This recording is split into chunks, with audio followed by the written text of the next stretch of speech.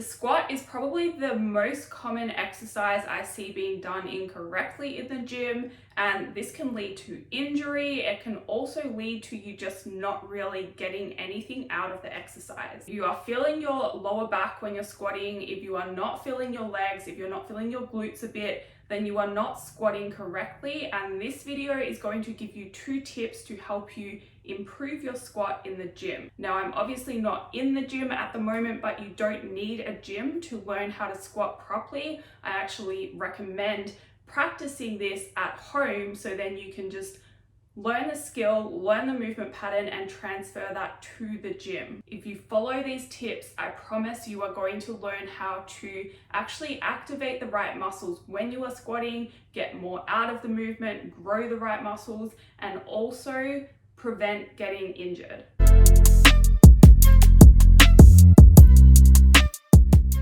Hello, welcome back to my channel. My name is Jodie and I help you change your beliefs so you can change your body, your health, and your life. I have posted quite a lot about squat technique on my Instagram, but I thought I would make this video a little bit more in depth on my YouTube channel because it really is so important. If you're not following my Instagram, the link to that is in the description box and I recommend you do. When you first start squatting properly after squatting incorrectly for so many years, it is going to feel very weird, very unnatural, almost like you're doing it wrong. But usually that is a good sign that you're actually doing it right. Another really good sign is that you're actually feeling the squat working the areas it should. So if your legs are wider apart, it should be working your glutes and the back of your legs. If your legs are closer together, it should be working your front of your legs more. Overall, if you're just doing a normal squat, you should be feeling it in your legs and your glutes. You shouldn't be feeling it really anywhere else. Now, the squat is its own movement pattern. It is not a hip hinge, so it's not a deadlift. And this is where I see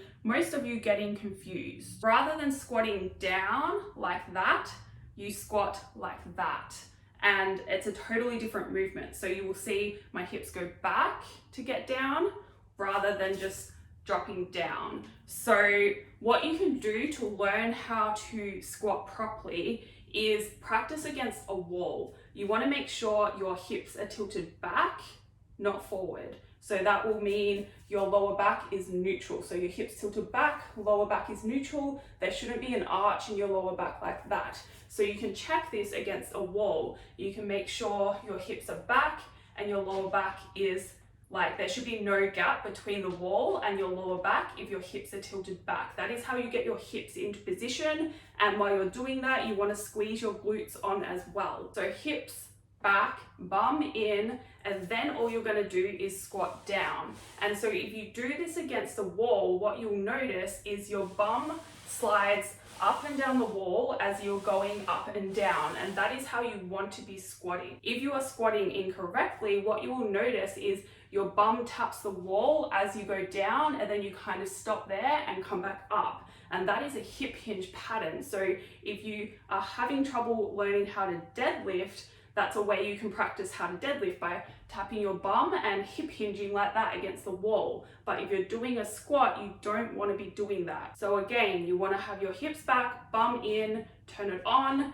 and then squat down.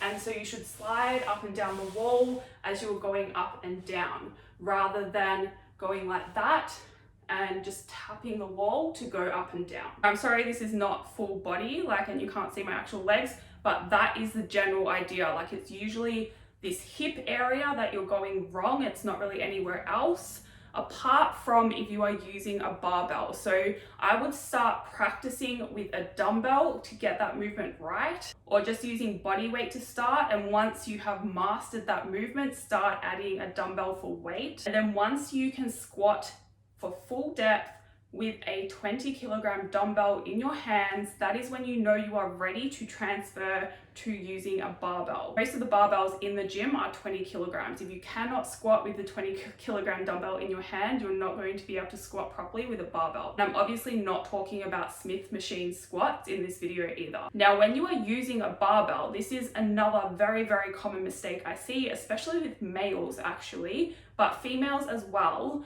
You want to make sure the barbell is not resting on your neck and directly on your spine. It should be sitting across your back muscles. And how you make this happen is you want to squeeze your shoulder blades together hard, keep your elbows back, and the bar should sit nicely on your muscles rather than directly on top of your neck. So I don't have a barbell here, but I do have this. This is the only thing I could find in the apartment that was a straight line basically, but it works for demonstration purposes.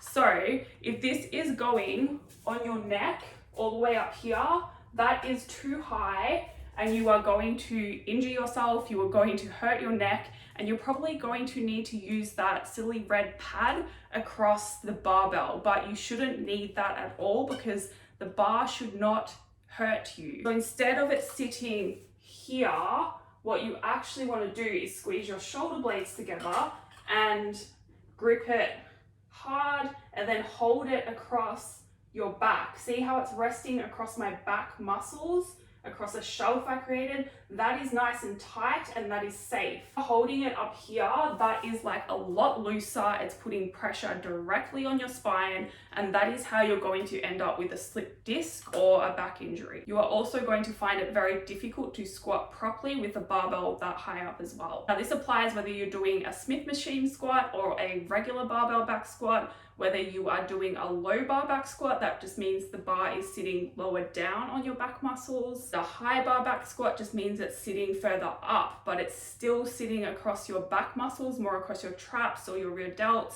It's not sitting directly on your neck and your spine. Applying these two tips to your current squat is going to completely change the results you get from doing squats. Obviously, you need to make sure you are following a program and progressively overloading to get any results, but doing an exercise with proper form is also vital. That is all for this video. Thank you for watching. I hope it helped you. If you have any questions, please feel free to send me an email. I put that in the description box. If you liked it, please like it. If you would like to subscribe to see more, please do so. It really helps me out. And if that's the case, I will see you in the next video.